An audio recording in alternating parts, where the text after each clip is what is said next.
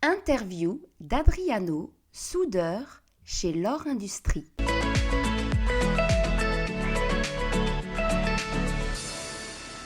Quel est le nom précis du métier que vous exercez? Alors pour ma part, j'étais soudeur serrurier. Donc, parce que quand on travaille chez L'Or, j'ai commencé en tant que soudeur ailleurs. Et ensuite, quand on arrive chez L'Or, on se fait un peu plus la main et on peut être amené à faire des travaux de serrurier aussi, sur gabarit.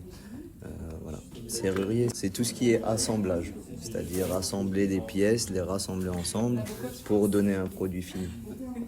Comme chez nous aujourd'hui, vous voyez, il y a tout ce qui est porte-voiture, on assemble tout ça pour donner un châssis derrière.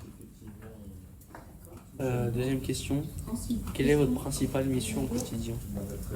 Au quotidien, c'est réaliser des cordons de soudure, des réparations également, parce qu'on a des soudures qui sont faites au robot. Donc on a des reprises à faire, des cordons qui sont parfois mal réalisés, donc on doit rattraper derrière, donc meuler, ressouder pour mettre en conformité. Comment s'organise votre semaine de travail? Durée, horaire, fixe ou variable? Alors ça, chez L'Or, c'est essentiellement du travail en équipe, donc de 8, 2 x 8, c'est-à-dire en 2 équipes de 8 heures. Donc il y a une équipe qui est le matin, qui travaille 8 heures, et ensuite il y a une équipe d'après-midi qui est de 8 heures. On peut être aussi amené à travailler en 3 x 8. 3 x 8, c'est qu'il y a une équipe de nuit aussi, donc il y a un roulement aussi avec une équipe de nuit. Travaillez-vous seul ou dans le cadre d'une équipe? On travaille toujours dans une équipe. Donc, par contre, dans les équipes, il y a des postes où on a de la soudure en binôme. C'est-à-dire qu'à un poste, on peut travailler à 2 soudeurs. Mais c'est toujours 2 soudeurs pour des questions de sécurité. On n'a jamais 3 personnes pour éviter de se meuler dessus, de se souder dessus. Voilà. C'est toujours en binôme en général. Utilisez-vous des instruments ou des outils de travail particuliers? Si oui, lesquels et pourquoi? Oui. Alors on a différentes choses. Il y a le poste à souder, bien sûr, ça on est obligé pour pouvoir réaliser nos soudures. Après on a tout ce qui est appareil de meulage, donc pour faire les réparations, meuler les cordons. Il y a aussi les fraises carottes, qu'on appelle ça carottes chez nous. C'est pour arriver dans des accès où on n'arrive pas avec la meule. L'exercice de votre métier présente-t-il des risques ou des dangers particuliers? Si oui, lesquels et pourquoi? Oui, alors il y a des risques.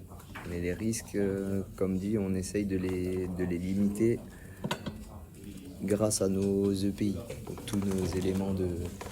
par rapport à tous nos éléments de sécurité.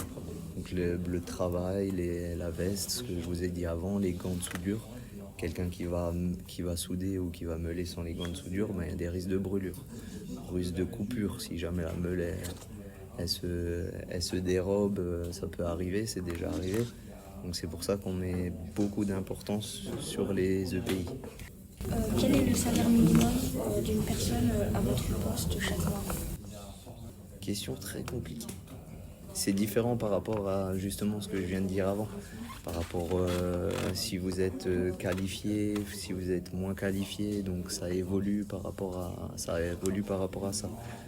D'entrée, à l'époque, je crois, c'était dans les alentours de 1400, 1500 euros en net. Donc tous les ans, c'est négocié par les syndicats et il y a une augmentation, il y a des primes qui peuvent arriver aussi par rapport à la production, donc voilà. Et ça peut monter. Et après, avec vos évolutions personnelles, au niveau du poste, ça peut aussi augmenter. Selon vous, un jeune qui débute actuellement dans votre métier trouve-t-il facilement du travail? Pourquoi? Dans le métier de soudeur, oui. Je pense que vous trouverez toujours du travail. Parce que c'est ce que j'ai dit avant, c'est quelque chose de très recherché par rapport au savoir-faire, justement, par rapport à... C'est pas donné à tout le monde, il y a des qualifications à avoir, il faut savoir son métier correctement et c'est ce qui va faire la différence. Pour finir, quel conseil particulier donneriez-vous à un élève de 3e qui décide d'apprendre votre métier? Pourquoi? Le conseil, c'est de rien lâcher, parce qu'au début, justement, ça va être dur, parce que c'est... Quand on est apprenti, il va falloir se lever tôt, il va falloir accepter les critiques, parce que forcément, vous n'allez pas tout de suite bien faire, donc la personne qui sera avec vous va vous dire c'est pas bien, fais comme ci, fais comme ça, donc il va falloir emmagasiner tout ça, accepter la critique, parce que c'est ce qui va vous faire progresser. Vous avez mon exemple, vous pouvez évoluer.